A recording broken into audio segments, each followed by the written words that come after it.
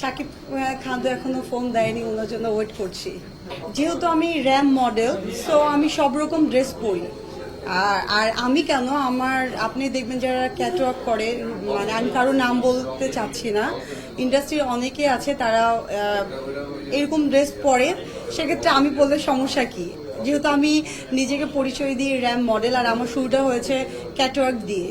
এটা সবাই জানেন, কক্সবাজার বাংলাদেশে মানে ঢাকা থেকে অনেক কম সময়ে যাওয়া যায়, এই জন্য ওখানে শুটিংয়ের পারপাসে বলেন আর ঘোরার জন্য বলেন, এই জন্য অনেকে যাচ্ছে এবং ট্যুর দিয়ে চলে আসছে। আপনাদের মাধ্যমে আমি একটা ইন্টারভিউতে বলেছিলাম, তো ভেবেছি যে হয়তো বা কেউ যদি আপনাদের মাধ্যমে যদি নিউজটা পাই, এই জন্য ওয়েট করছি। আপনি কি শাকিব খানের সিনেমাতে নায়িকা হওয়ার যোগ্যতা সম্পূর্ণ? আমি নায়িকা হতে চাইনি, আমি জাস্ট বলেছি যে উনার তো মুভিতে অনেক ক্যারেক্টারই থাকে, অনেকজনকে নিয়ে থাকে, সেক্ষেত্রে যদি আইটেম সং যেগুলো গান থাকে, দেখা গিয়েছে যে হয়তো বা একটা গানের মধ্যে যদি উনি আমাকে চান্স দেয়, সেক্ষেত্রে নিজেকে খুব লাকি মনে করব। আমি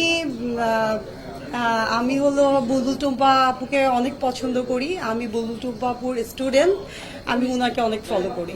আমার কাজ নিয়ে ফিউচার প্ল্যান চলছে, সামনে আমি ইন্টারন্যাশনাল কোনো প্ল্যাটফর্মে আমি ক্যাচ অফ করবো, যেটা আপনারা সবাই দেখবেন, এরকম একটা চিন্তা ভাবনা আছে। সিনেমা মুভি আমার মানে আমার আপাতত টার্গেট নাই। আপাতত আমি ফটোশ্যুট এবং ক্যাটওয়ার্ক যেগুলো আমি করছি, রিসেন্ট 31-এও আমি বনানীতে শেরাটন একটা করলাম, এটা আমার খুব ভালো লাগে র্যাম শো করতে, এটাই আমি আপাতত এটা নিয়ে বিজি আছি।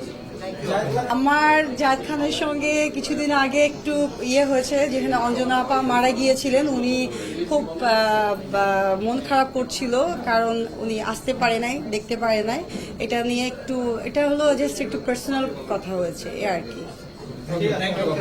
থ্যাংক ইউ ভাইয়া, থ্যাংক ইউ।